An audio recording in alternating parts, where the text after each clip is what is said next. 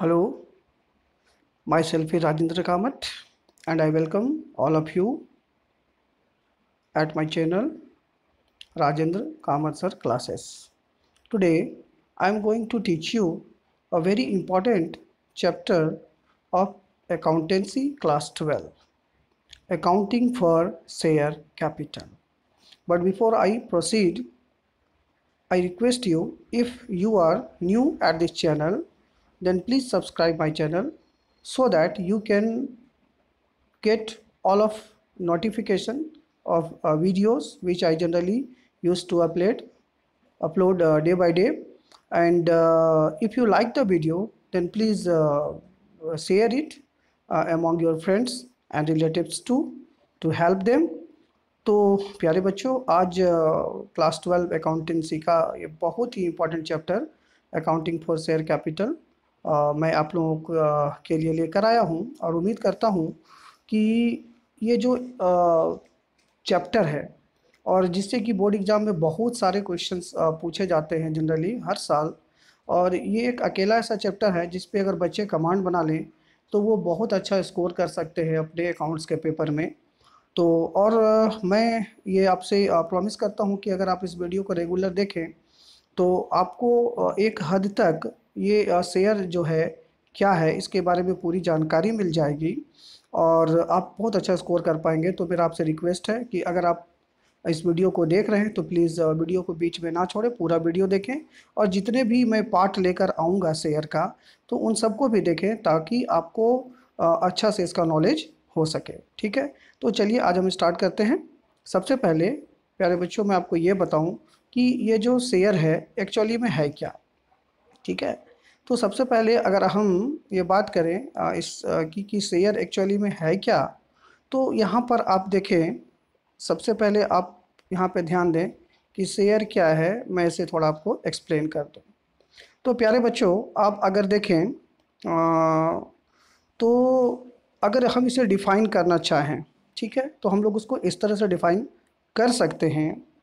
अब listen it carefully प्यारे बच्चों। A share is one of the units into which the capital of the company is divided. Okay, and according to Company Act 1956 section 246, a share may be defined as, listen it first, a share in the share capital of a company and includes stock except where a distinction between stock and share is expressed or implied. Okay प्यारे बच्चों, आपने ये definition सुना होगा, लेकिन actually क्या होता है ना कि डिफिनेशंस जो थियोरेटिकल पार्ट होते हैं बुक्स का, तो डिफिनेशन अपने आप में तब तक समझ में नहीं आता है जब तक कि हम उसको एग्जाम्पल के थ्रू समझाने का प्रयास ना करें। ठीक है, तो आप सपोज करो कि मैंने ये जो कहा शेयर का डिफिनेशन आपको बताया, ये शेयर है क्या एक्चुअली में। तो अभी जो सबसे पहला लाइन मैंने कहा, a share is one of the units into which the capital of the company is divided. किसी भी कंपनी का जो कैपिटल है, स्पेशली हम लोग यहाँ पर बात करेंगे प्यारे बच्चों शेयर कैपिटल का, तो ये जो शेयर कैपिटल का जो सबसे स्मॉलेस्ट यूनिट है, सबसे स्मॉलेस्ट यूनिट की बात अगर हम लोग करें तो ये स्मॉलेस्ट यूनिट जो है बच्चों, इसे हम शेयर कहते हैं। ठीक है, जिसके थ्रू कोई भी जो लिमिटेड कंपनियां हैं, जो जॉइंट स्टॉक लिमिटेड कंपनियां हैं, वो अपना कैपिटल कलेक्ट करती हैं और जिसके थ्रू वो अपना बिजनेस को परफॉर्म करती हैं। ठीक है, अब यहाँ पर एक एग्जांपल लो। सपोज दैट मैं ये कहूँ कि कोई एक कंपनी है जिसका शेयर कैपिटल सपोज दैट कि ये 1 लाख रुपीज़ है।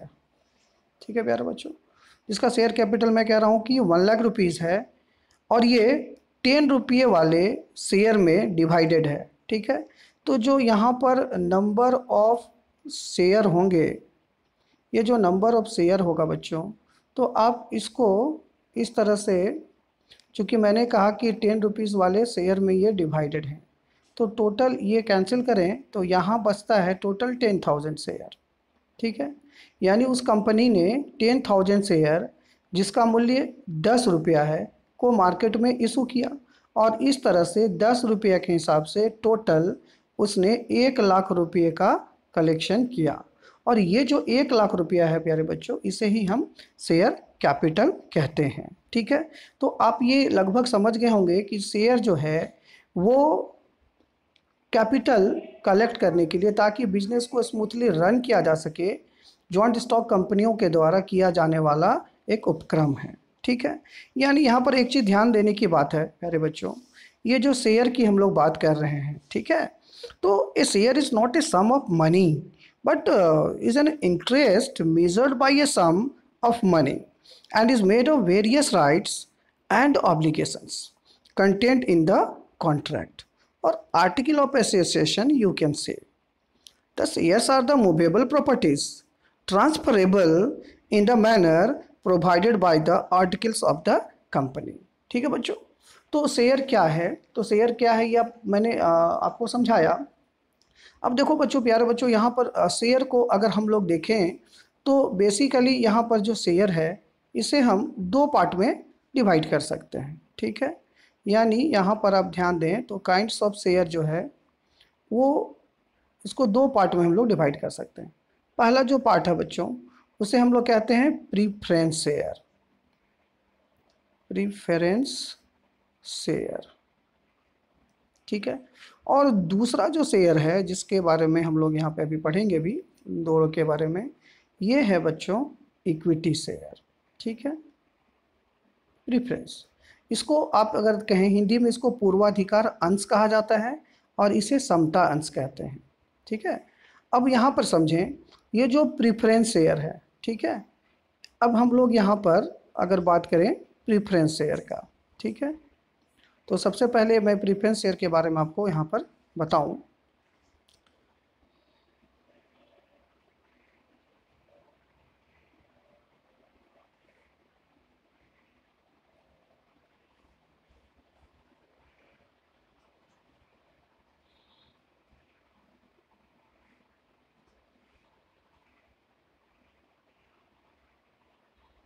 Kinds of preference share. ठीक है, तो आप इसको एक एक करके ध्यान से सुने। पहला जो प्रीफरेंस शेयर है प्यारे बच्चों, अगर हम इसका जो फर्स्ट देखें तो हम इसको कम्युलेटिव प्रीफरेंस शेयर के नाम से पुकारेंगे। तो ये जनरली एक्चुअली में ये कम्युलेटिव प्रीफरेंस शेयर है, ये क्या है, तो आप इसको अगर कहें तो हम इस तरह से इसको डिफाइन कर सकते हैं। Cumulative preference share is that share on which arrears of dividend accumulate. ठीक है प्यारे बच्चों, यानी कम्युलेटिव प्रीफरेंस शेयर उस शेयर को कहेंगे जिस पर इसका जो डिविडेंड है वो एक्यूमुलेट होता है, यानी जमा होता है।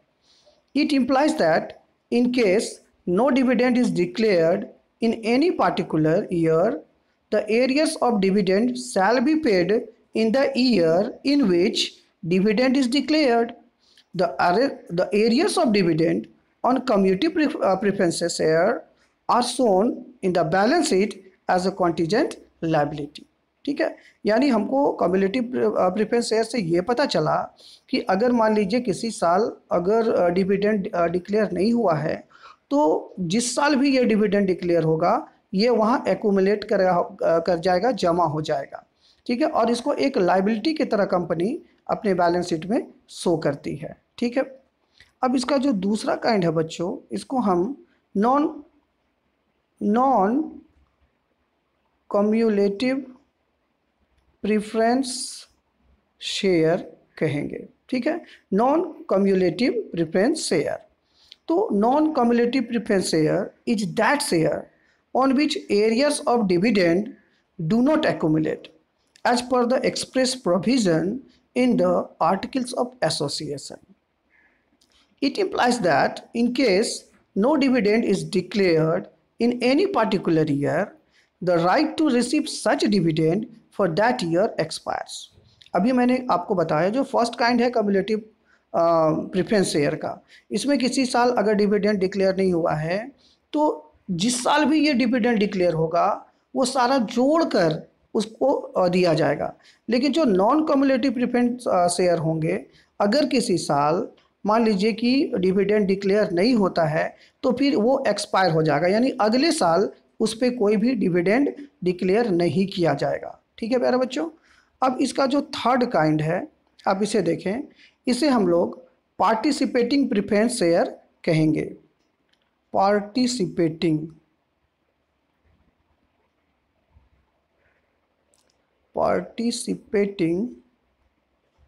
प्रेफरेंस शेयर कहेंगे। ठीक है बच्चों। अब ये पार्टिसिपेटिंग प्रेफरेंस शेयर क्या है? तो participating preference share is that share which in addition to basic preferential rights also carries one or more rights as per articles. For example, first, a right to participate in the surplus profits left after paying dividend to equity shareholders at a stipulated rate। यानी कहने का मतलब ये हुआ बच्चों कि अगर किसी साल इक्विटी शेयर होल्डर को डिविडेंड देने के बाद भी अगर सरप्लस प्रॉफिट बचा हुआ है तो इसमें भी इस ऐसे जो पार्टिसिपेटिंग प्रेफरेंस शेयर होते हैं उनको हिस्सा दिया जाता है। और सेकंड है a right to participate in the surplus assets left after the repayment of capital to equity share holders on the winding of the company. और अगर मान लीजिए कि कंपनी वाइंड अप कर गया, अगर ये कंपनी अब वाइंड अप यानी क्लोज हो रही है, तो इक्विटी शेयर होल्डर का पेमेंट करने के बावजूद भी अगर कुछ कैपिटल का पार्ट बच रहा है तो प्यारे बच्चों उसमें भी ये जो पार्टिसिपेटिंग प्रेफरेंस शेयर वाले लोग होंगे उनको हिस्सा दिया जाएगा। ठीक है बच्चों। तो ये इसका थर्ड काइंड हो गया। अब अगर हम इसके फोर्थ काइंड की बात करें तो ये जो फोर्थ काइंड होगा बच्चों, तो फोर्थ काइंड में ये कहलाएगा non participating preference share. Non participating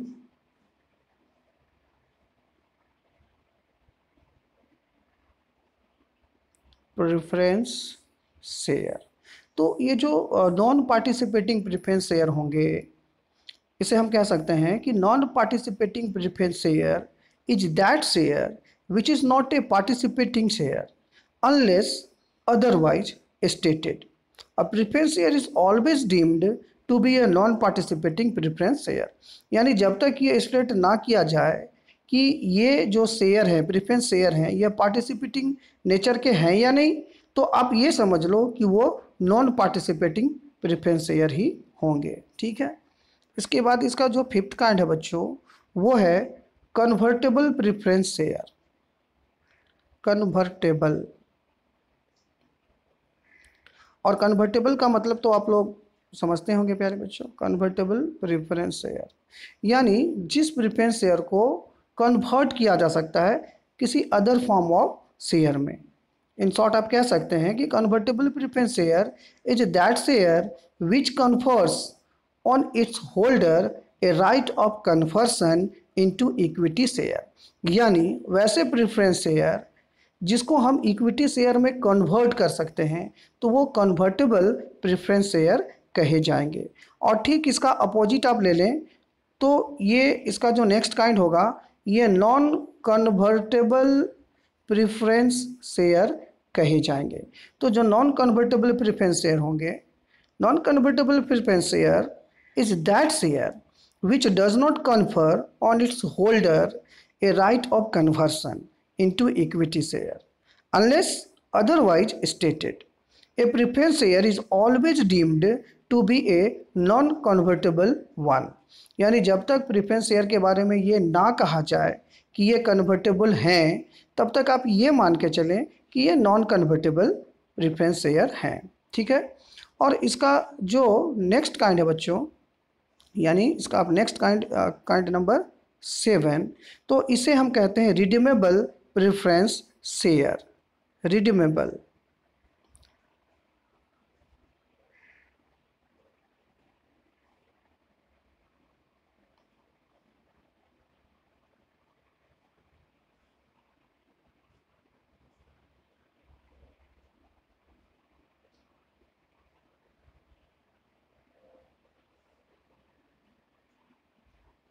redeemable preference share.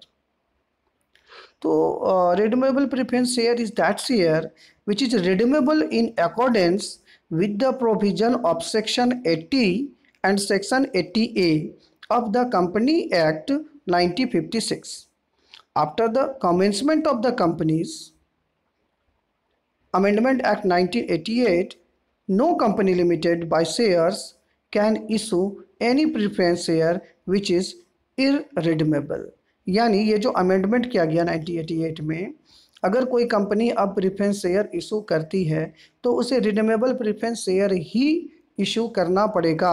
यानी जो नॉन रिडीमेबल प्रीफरेंस शेयर होंगे वो शेयर इशू कंपनी नहीं कर सकती है। तो रिडीमेबल का मतलब ये हुआ प्यारे बच्चों कि इसको रिडीम किया जा सकता है, यानी ये डूबेगा नहीं।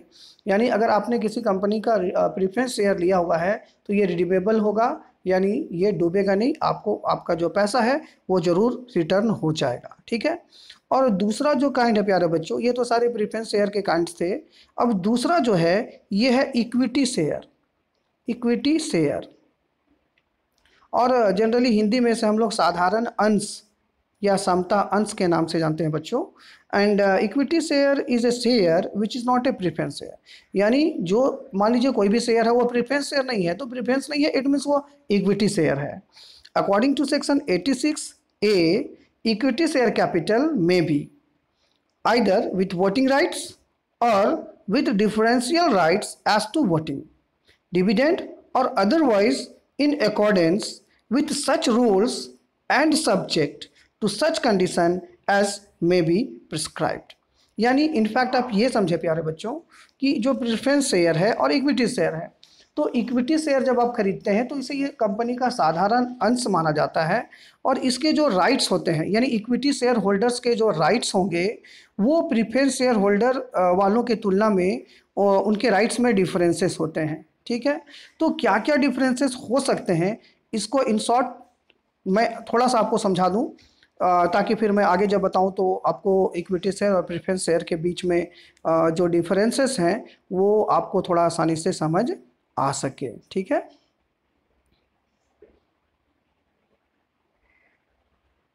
सबसे पहली बात तो आप ये समझें जो इसका पहला डिफरेंस है, इसमें इसका जो पहला डिफरेंस है प्यारे बच्चों ये समझे, payment of equity dividend is made after the payment of preference dividend. यानी कभी भी ध्यान रखेंगे जो प्रीफरेंस शेयर है, प्रीफरेंस, इनका पेमेंट करने के बाद ही इक्विटी शेयर वालों को डिविडेंड दिया जाता है।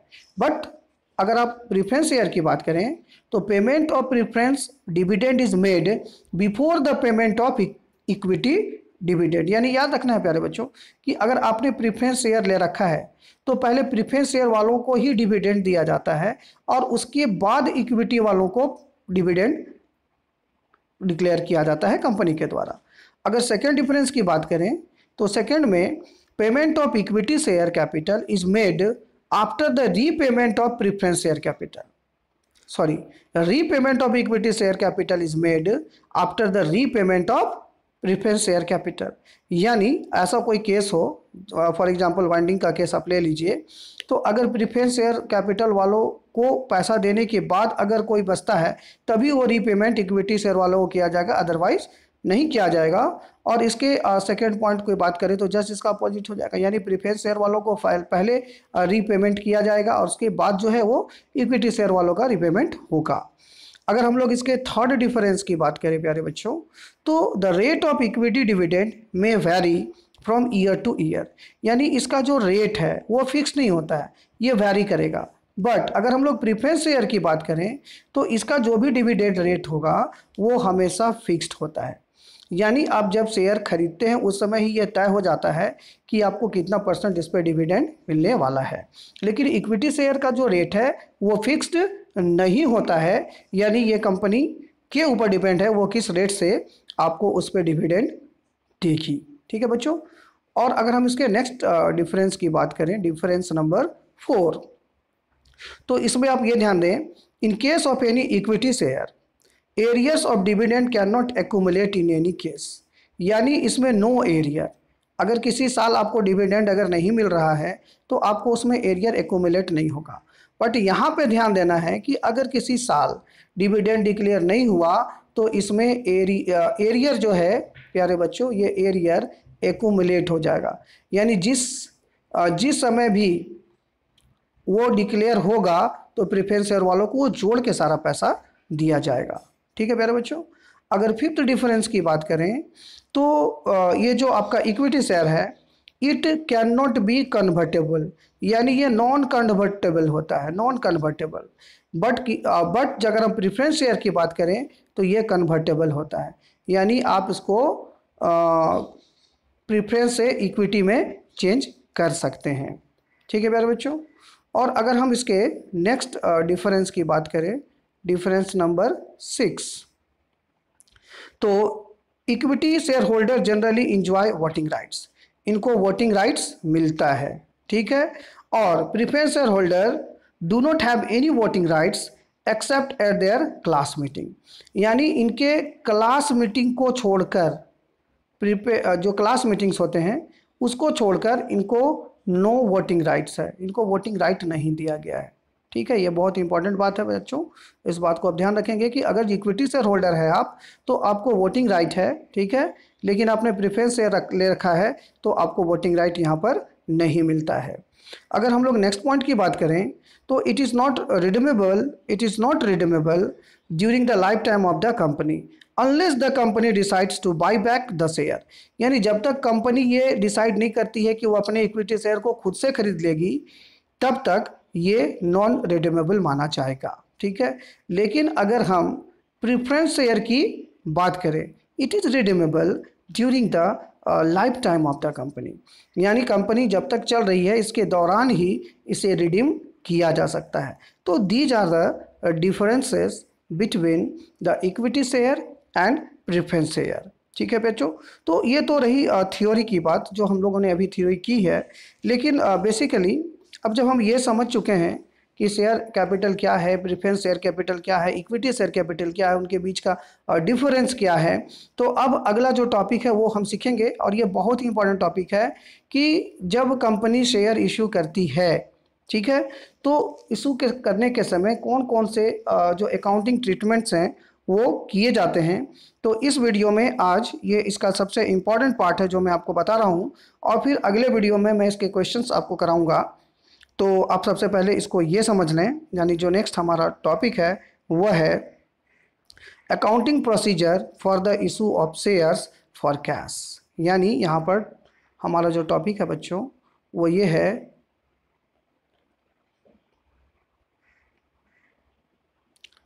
Issue of share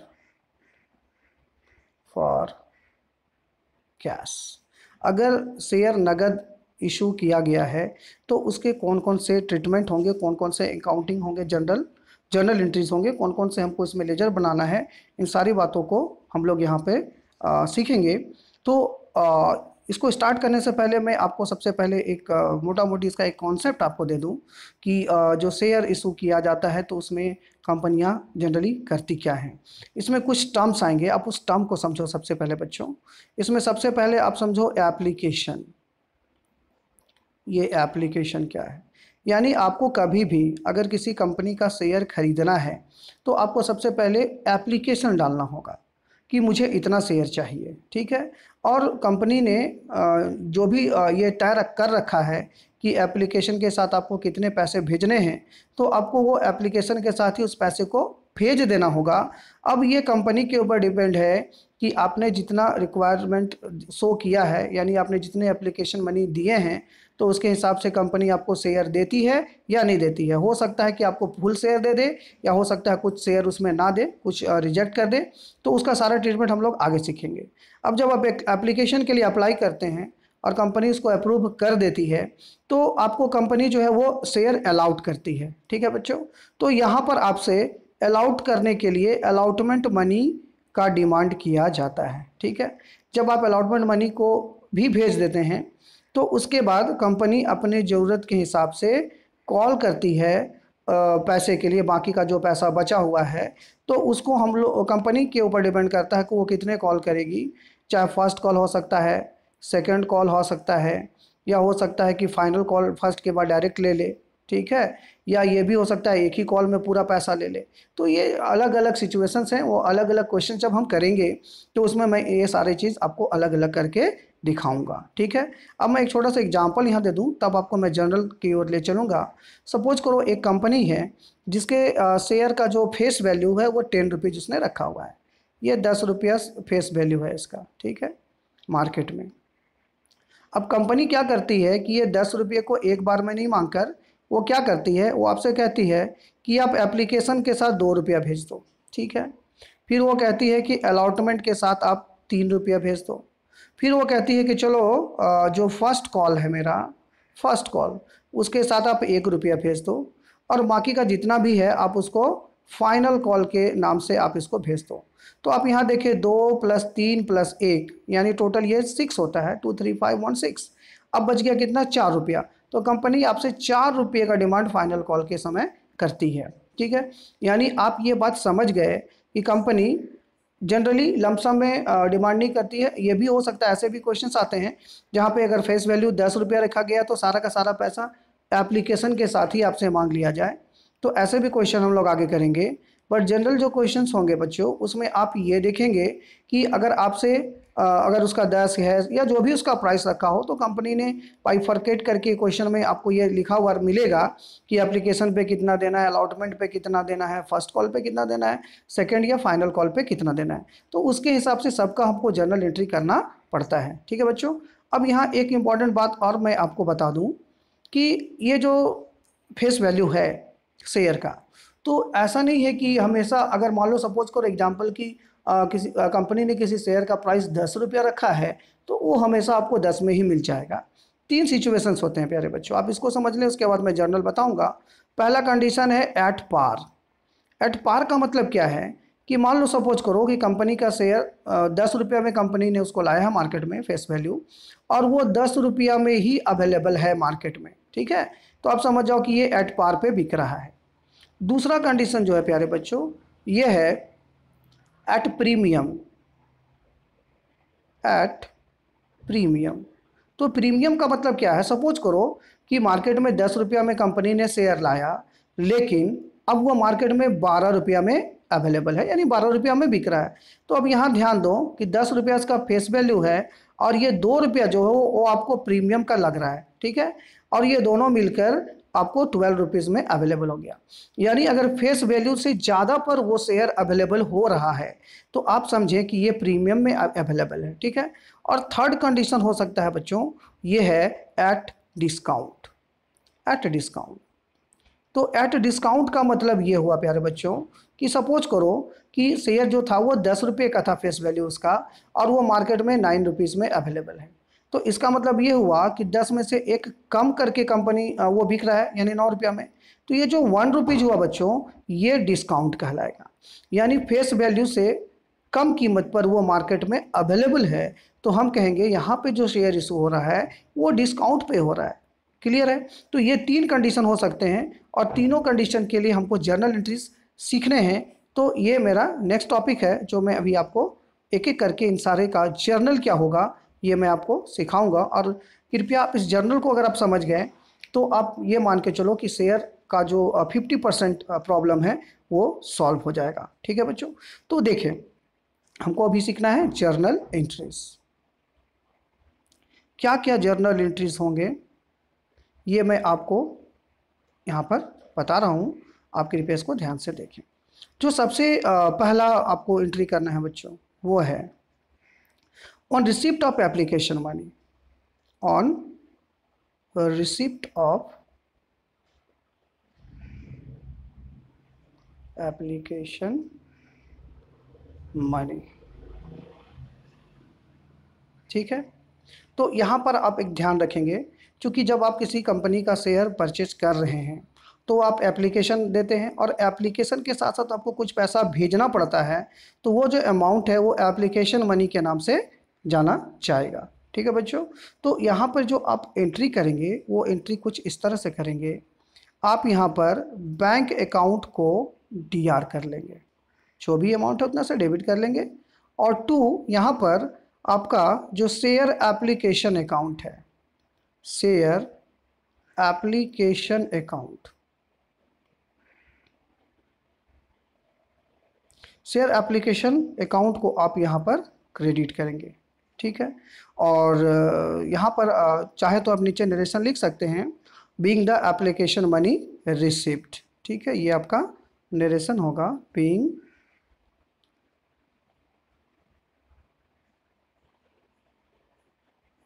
the application money receipt, ठीक है, ये फर्स्ट एंट्री होगा, ठीक है बच्चों, ये आपका फर्स्ट एंट्री।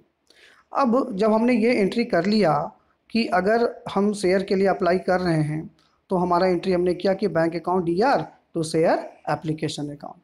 अब इसका जो सेकेंड एंट्री होगा बच्चों, वो उसमें करना क्या है आपको, जस्ट जिसको अभी हमने शेयर एप्लीकेशन को क्रेडिट किया था, तो इसका जो सेकेंड एंट्री आप करेंगे, आप इसमें क्या करो कि शेयर एप्लीकेशन अकाउंट को आप जो अमाउंट था उतना ही अमाउंट से डेबिट कर दो, ठीक है बच्चों। और यहाँ पर जो अमाउंट है उसको आप शेयर कैपिटल अकाउंट में ट्रांसफ़र करेंगे, share capital account, share capital account, ठीक है। एंट्री ध्यान दें, फर्स्ट एंट्री हमने किया था प्यारे बच्चों, bank account DR to share application account, और अभी सेकेंड एंट्री में हमने क्या किया, शेयर एप्लीकेशन अकाउंट को डीआर कर दिया और शेयर कैपिटल अकाउंट को हमने यहाँ पर सीआर किया है, ठीक है। तो ये इसका सेकेंड एंट्री हो गया। तो यहाँ पे ध्यान देने वाली बात ये है बच्चों कि आपको ये दो एंट्रीज अभी करने हैं, यानी एप्लीकेशन जब आप देंगे तो ये दो एंट्री आपको यहाँ पे करना है, ठीक है। फर्स्ट एंट्री आपने किया कि bank account DR to share application account, और सेकेंड एंट्री आपने किया कि share application account to share capital account, ठीक है। ये दो एंट्री, ये जो टू एंट्रीज हैं प्यारे बच्चों, वो आपको यहाँ पर करना पड़ेगा, ये एप्लीकेशन के समय है, ठीक है। अब हम लोग बढ़ते हैं, ये है हमारा at the time of allotment, ठीक है।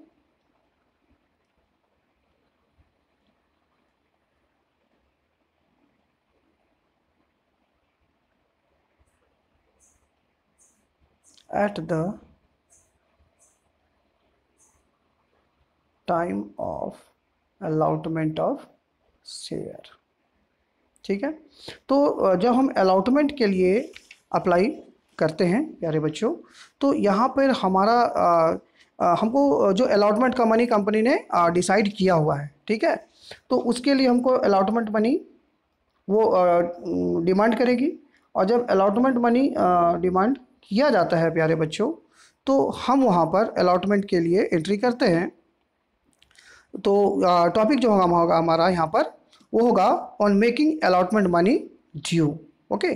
तो आप यहाँ पे जो एंट्री करेंगे, तो एंट्री कुछ इस तरह से होगा, आप लिखेंगे शेयर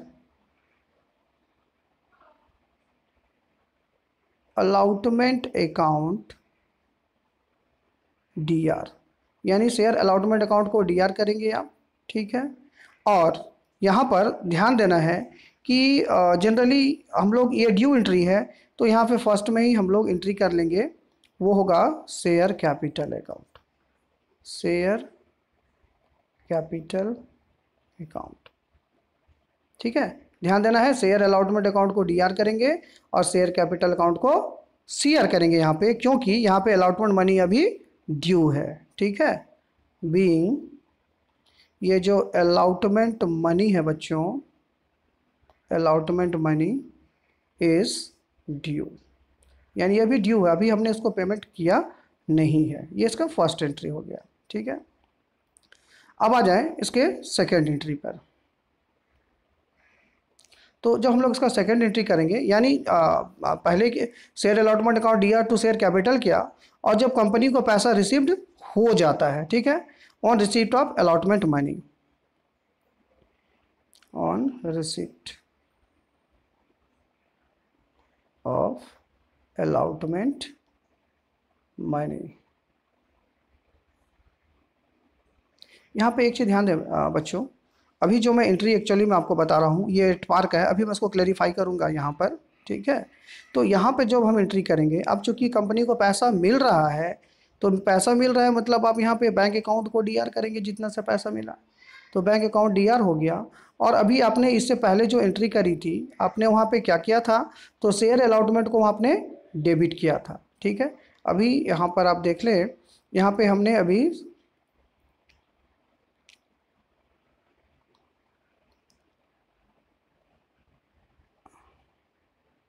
यहाँ पे देखें, अभी आप ये जो शेयर अलॉटमेंट अकाउंट है, यहाँ पे दिख रहा होगा आपको, ये शेयर अलॉटमेंट अकाउंट हमने इसको यहाँ और डेबिट कर रखा था।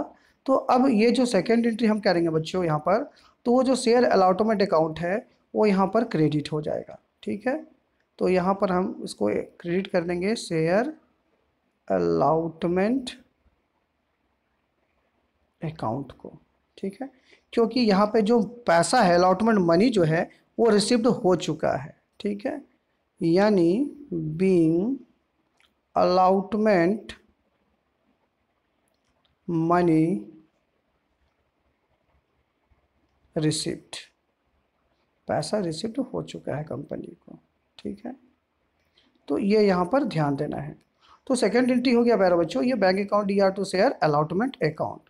यहाँ पर मैंने ये कहा कि ये केस था तब जब आपको जो शेयर है वो पार पे अवेलेबल है, एट पार पे, यानी जितना उसका प्राइस है उतना ही पर वो अवेलेबल हो रहा है। लेकिन अगर यही चीज़ हम यहाँ पे ध्यान देना है कि ये जो एट पार या प्रीमियम या डिस्काउंट है, ये अलॉटमेंट के समय ही इसका ट्रीटमेंट जनरली होता है। तो अब सपोज करें कि अगर शेयर प्रीमियम पर इशू किया गया है, ठीक है, प्रीमियम, एट प्रीमियम, तो अगर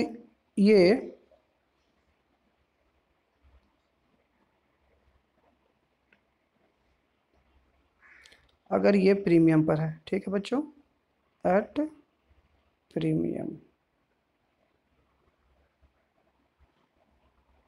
तो यहाँ पर हम लोग जो एंट्री करेंगे पहला अलॉटमेंट के समय, तो हम लिखेंगे यहाँ शेयर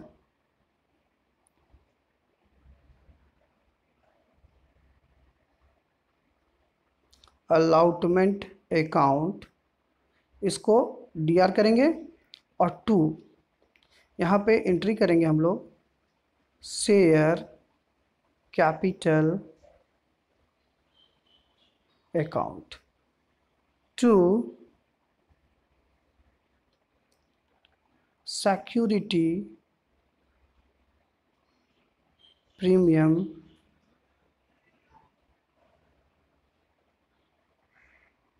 अकाउंट, ठीक है। यानी अगर शेयर प्रीमियम पर इशू हो रहा है, मैंने अभी जस्ट बताया था कि मान लो 10 का शेयर 12 में बिक रहा है, तो इसका मतलब 2 रुपया यहाँ पे प्रीमियम है।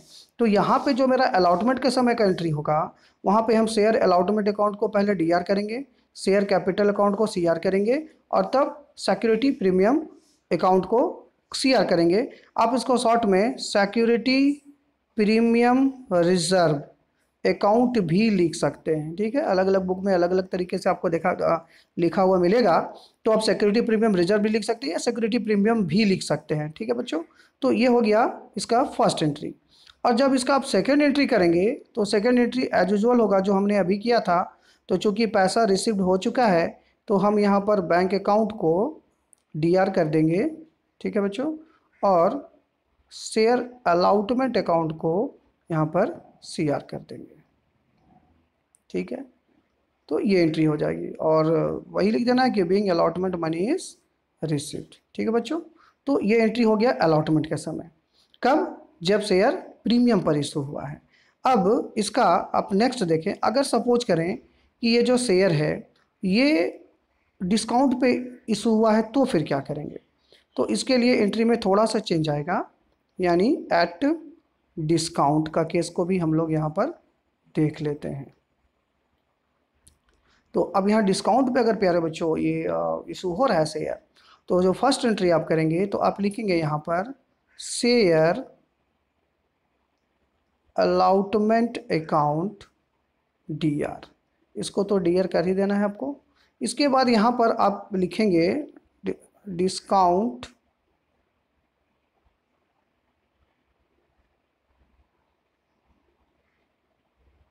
ऑन इशू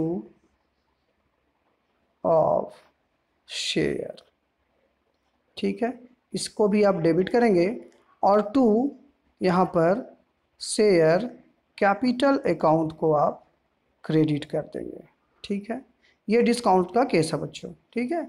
अब इसका ये फर्स्ट एंट्री हो गया। अब इसका जब आप एडजस्टमेंट एंट्री करेंगे यानी सेकंड एंट्री करेंगे, यानी जब पैसा मिल जाता है तो फिर से वही एंट्री होगा बच्चों, bank account DR to share allotment account. यानी आपको ध्यान देना है कि जो अकाउंट यहाँ ओपन करेंगे उसको फिर क्लोजिंग भी करना है, क्लोजिंग एंट्री भी उसकी करनी है, क्योंकि यहाँ पे फिर वही बात हुआ कि being allotment money is receive. तो इस तरह से 3 केसेस हो सकते हैं अलॉटमेंट के समय। शेयर या तो पार पे इशू होगा तो उसके लिए जनरली आप एंट्री करेंगे share allotment account to share capital account, और जब पैसा रिसीव होगा तो आप एंट्री करेंगे वहाँ पर bank account DR to share allotment account. अगर प्रीमियम पर है तो आप एंट्री करेंगे share allotment account DR to share capital account to security premium reserve account, और जब पैसा रिसीव होगा तो bank account DR to share allotment account. फिर अगर ये डिस्काउंट पे इशू हो रहा है तो share allotment account DR discount on issue of share account DR to share capital account, और जब पैसा रिसीव होगा तो bank account DR to share allotment account. ये एंट्री सारी जो है वो अलॉटमेंट के साथ होंगे। लेकिन ध्यान देना है, क्वेश्चन जब आप पढ़ेंगे तो आप वहाँ पे ये पहले क्लियर कर लो कि जो शेयर इशू हो रहा है वो पार पे हो रहा है या डिस्काउंट पे हो रहा है या प्रीमियम पे हो रहा है, इसके बाद ही आपको क्वेश्चन को सॉल्व करना है, ठीक है बच्चों। अब जब कंपनी शेयर इशू कर देती है आपको और अलॉटमेंट का पैसा भी आप भेज देते हैं, तो उसके बाद कंपनी अपने ज़रूरत के हिसाब से कॉल्स करती है। इसको हम लोग first call, second call, final call के कैटेगरी में बांट सकते हैं। वो क्वेश्चन में दिया रहेगा, वो आपको अपना दिमाग नहीं लगाना, जो क्वेश्चन कह रहा है उसके हिसाब से करना है। तो सपोज करिए कि अगर कंपनी ने फर्स्ट कॉल डिमांड किया तो आप यहाँ पे एंट्री करेंगे इस तरह से, आप लिखेंगे share first call account, share first call account DR to share capital account, share capital account, ठीक है बच्चों, ठीक है। यहाँ पे लिखेंगे being first call money is due, ठीक है।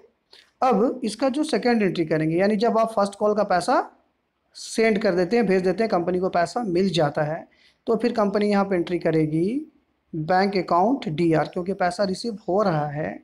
और अभी जो आपने शेयर फर्स्ट कॉल अकाउंट को DR किया हुआ था तो उसको आप नीचे CR कर देंगे, यानी शेयर फर्स्ट कॉल अकाउंट यहाँ पर CR हो जाएगा। तो ये 2 एंट्री यहाँ पर हो जाएंगे, ठीक है। ठीक इस तरह से ही बच्चों, अगर सपोज करें कि आपको फर्स्ट कॉल के बाद सेकंड या फाइनल कॉल दिया हुआ है तो यहाँ भी सेम एंट्री करेंगे, यानी जो फर्स्ट एंट्री आप लिखेंगे वो इस तरह से लिखेंगे share final call account DR to share capital account, share capital account, ये इसकी फर्स्ट एंट्री होगी। और जब आप इसकी सेकंड एंट्री करेंगे, यानी जब पैसा कंपनी को रिसीव हो जाता है, तो फिर से वही काम करना है कि बैंक अकाउंट को यहाँ पर DR कर देना है, और टू ये जो शेयर फर्स्ट कॉल था इसको आपको CR करना है, यानी शेयर फाइनल कॉल, सॉरी, तो शेयर फाइनल कॉल अकाउंट को आप यहाँ पर CR कर देंगे, ठीक है। तो इतने सारे एंट्री फिलहाल बिगनिंग में आपको करना है, और अगर ये एंट्रीज आपको याद है तो आप आसानी से क्वेश्चंस को सॉल्व कर सकते हैं। चलिए, वीडियो काफ़ी लंबा हो रहा है, फिर भी मैं एक क्वेश्चन आज कर देता हूं, और फिर हम लोग नेक्स्ट वीडियो में इसके क्वेश्चंस को, अलग अलग क्वेश्चंस को मैं आपको करके बताऊंगा। उम्मीद करता हूं कि आपको समझ में आएगा। चलिए, मैं एक क्वेश्चन आपको यहाँ पे अभी फ़िलहाल करा देता हूँ। एक क्वेश्चन है हमारे पास, मान लीजिए कि एक्स लिमिटेड कोई एक कंपनी है, ठीक है। एक्स लिमिटेड एक कोई कंपनी है जिसका जो रजिस्टर्ड कैपिटल है, इसका जो रजिस्टर्ड कैपिटल है, ठीक है, ये टोटल 10 लाख रुपये है।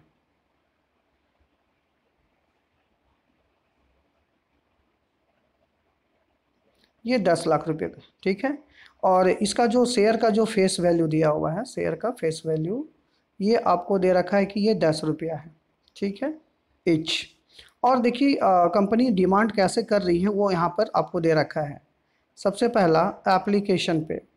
तो एप्लीकेशन पे कंपनी आपसे 4 रुपये का डिमांड कर रही है, ठीक है। इसके बाद अलॉटमेंट है, तो अलॉटमेंट में कंपनी आपसे 3 रुपये का डिमांड कर रही है, ठीक है। इसके बाद यहाँ पे फर्स्ट कॉल है, तो फर्स्ट कॉल के समय आपसे कंपनी 2 रुपये का डिमांड कर रही है। और सेकंड या फाइनल कॉल कहें, जो भी कहें आप, सेकंड या फाइनल कॉल के समय ये आपसे बाकी जितने भी पैसा है उसका यानी बैलेंस का डिमांड कर रही है। फिर से क्वेश्चन सुन लें।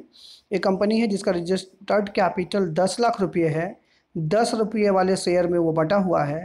एप्लीकेशन पे कंपनी 4 रुपये मांग रही है, अलॉटमेंट पे 3 रुपये मांग रही है, फर्स्ट कॉल पे 2 रुपये और बाकी का जो भी बचता है उसको बैलेंस को फाइनल कॉल पे मांग रही है। तो यहाँ पर अगर आप इसको ऐड करें तो 4 + 3 7 और +2 9, यानी अभी तक 9 रुपीज़ कंपनी मांग ली है। तो बैलेंस बचा कितना, 1 रुपया। यानी आपको जो फाइनल कॉल है उस पर कंपनी 1 रुपये का डिमांड यहाँ पर कर रही है, ठीक है बच्चों। क्वेश्चन आपको समझ में आ गया होगा। फिर से सुन लें। एक कंपनी है जिसका टोटल कैपिटल 10 लाख रुपये है और वो 10 रुपये वाले इक्विटी शेयर में बटा हुआ है, और एप्लीकेशन पे 4 रुपया कंपनी डिमांड कर रही है, अलॉटमेंट पे 3 रुपया, फर्स्ट कॉल पे 2 रुपया और बाकी का वो फाइनल कॉल पे मांग रही है। यहाँ पे ध्यान दें बच्चों, जब पूरा रजिस्टर्ड कैपिटल 10 लाख रुपया वाला है, 10 लाख रुपया है और फेस वैल्यू उसका 10 रुपया है, तो अगर आप 10 लाख को 10 से डिवाइड कर दो यहाँ पर, तो ये जीरो कैंसिल्ड होगा, यानी जो नंबर ऑफ शेयर्स होंगे कुल मिलाकर वो 1 लाख हो जाएगा, ठीक है। यानी कंपनी ने 1 लाख शेयर यहाँ पर इशू करने हैं, ठीक है। और सपोज करो, अब ये भी कोई ज़रूरी नहीं है कि वो 1 लाख में 1 लाख ही पूरा इशू कर दे एक ही बार में। तो कभी कभी क्वेश्चन में पूरा भी देगा, कभी कभी क्वेश्चन में दे देगा कि नहीं उसका एक पार्ट ही इशू करना चाह रही है।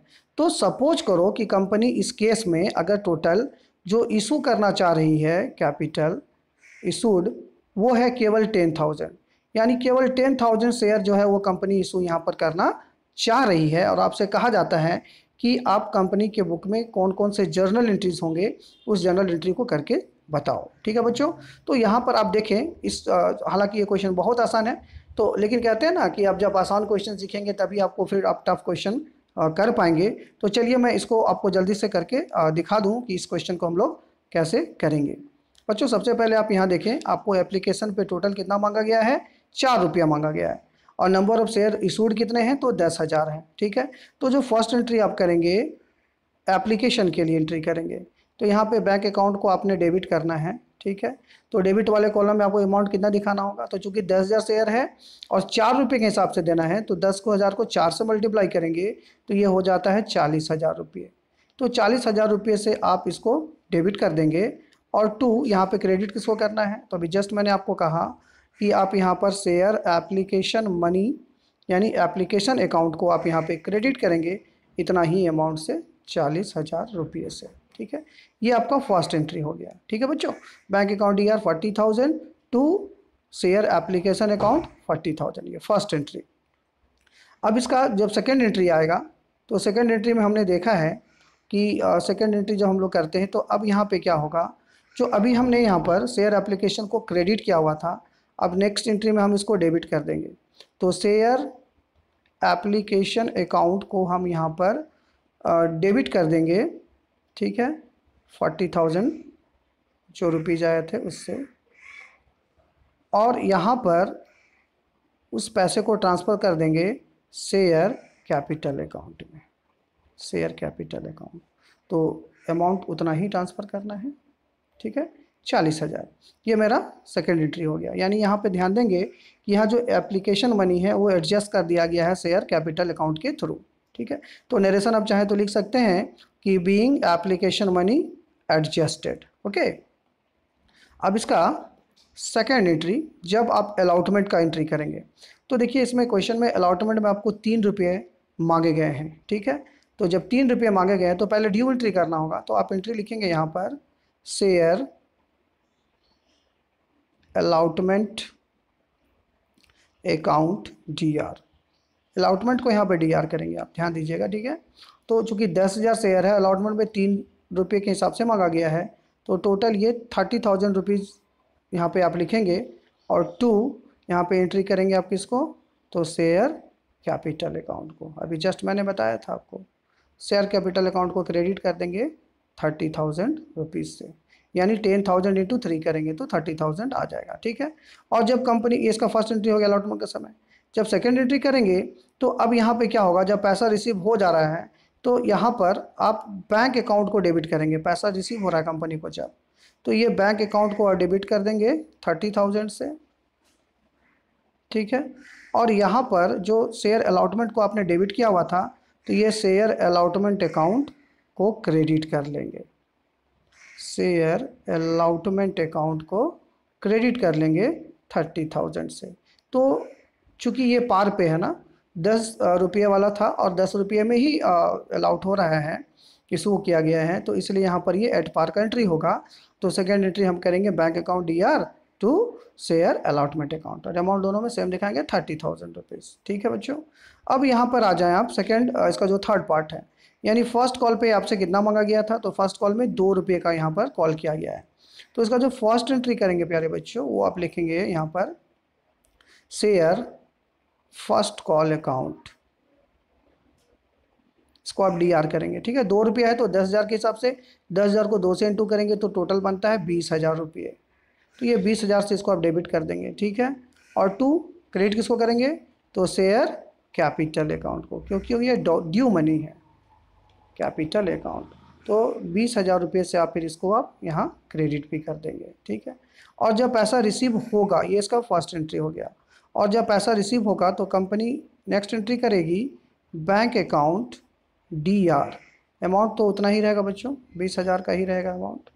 और 2 फिर इसको एडजस्ट कर लेगी, पैसे को ट्रांसफ़र करेगी share first call, share first call यहाँ क्रेडिट करेगी, शेयर फर्स्ट कॉल अकाउंट, ये 20,000 से क्रेडिट हो जाएगा। यहाँ पे आप ध्यान देंगे कि शेयर फर्स्ट कॉल को हमने डेबिट किया था, लेकिन क्लोजिंग एंट्री इसका शेयर कैपिटल जब होगा फर्स्ट कॉल तो ये क्रेडिट हो जाएगा। तो ये 2 एंट्री शेयर फर्स्ट कॉल के समय होंगे, ठीक है। अब इसका जो फाइनल है बैलेंस है, तो बैलेंस में हमने देखा एप्लीकेशन पे 4, अलॉटमेंट पे 3 और फर्स्ट कॉल पे 2 मांगा था, तो 4 + 3 + 2 यानी टोटल 9 रुपीज़ होते हैं। और फेस वैल्यू 10 था, तो 10 में 9 मैंने माइनस किया, 1 रुपये बचा, यानी सेकेंड यानी फाइनल कॉल कहें तो उस पर 1 रुपये का डिमांड किया गया है। तो उसका जब एंट्री हम लोग करेंगे तो लिखेंगे शेयर, सेकेंड कॉल भी लिख सकते हैं या फाइनल कॉल भी लिख सकते हैं, ठीक है। तो फाइनल कॉल अकाउंट DR, तो चूंकि 1 रुपया ही है तो 10,000 शेयर पे 1 रुपया के हिसाब से यहाँ पे 10,000 रुपया अमाउंट बनता है, ठीक है। और 2 एंट्री करेंगे शेयर कैपिटल अकाउंट, तो शेयर कैपिटल में भी क्रेडिट कर देंगे 10,000 से, ठीक है। अब इसका जब सेकेंड एंट्री आप करोगे बच्चों, जब पैसा रिसीव होगा कंपनी को, तो कंपनी बैंक अकाउंट को फिर से यहाँ पर डेबिट कर लेगी ये 10,000 रुपया से, ठीक है। और फिर इसको एडजस्ट करेगी, तो यहाँ जो share final call account debit किया गया है इसको क्रेडिट करेगी, तो शेयर फाइनल कॉल अकाउंट को यहाँ पर क्रेडिट कर दिया जाएगा 10,000 रुपये से, ठीक है, 10,000 रुपये से। तो प्यारे बच्चों, आपको ये क्वेश्चन समझ में आ गया होगा आई होप। और ये स्टार्टिंग वीडियो है, तो इसमें मैं ज़्यादा क्वेश्चन आपको सॉल्व नहीं करवा पा रहा हूँ, क्योंकि कोई वीडियो बहुत लंबा हो चुका है। लेकिन आई प्रॉमिस मैं जल्द ही इसका दूसरा वीडियो लेकर आऊँगा, और उसके जितने भी पार्ट ऑफ क्वेश्चंस हैं, ठीक है, चाहे वो डिस्काउंट हो, प्रीमियम हो, या issue of share rather than cash हो, या फिर उसका अब 4 फीचर सेक्टर्स के क्वेश्चंस हों, या जितने भी तरह के क्वेश्चंस हैं, वो सारे क्वेश्चंस को मैं एक एक करके आपको हल करवाऊँगा। तो आप कृपया इस वीडियो को ज़रूर देखें, अगर चैनल पर नहीं है तो इसे ज़रूर सब्सक्राइब कर लें, ताकि आपको मैं पूरी तरह से शेयर चैप्टर को पढ़ा सकूं। तो आपने इस पूरे वीडियो को देखा, इसके लिए बहुत बहुत आपका आभारी हूं, धन्यवाद। और उम्मीद करता हूं कि मैं जो भी वीडियो लेकर आता रहूंगा आप उसे देखते रहेंगे। तो चलिए फिर मिलते हैं नेक्स्ट वीडियो में, तब तक के लिए मुझे आज्ञा दें, धन्यवाद।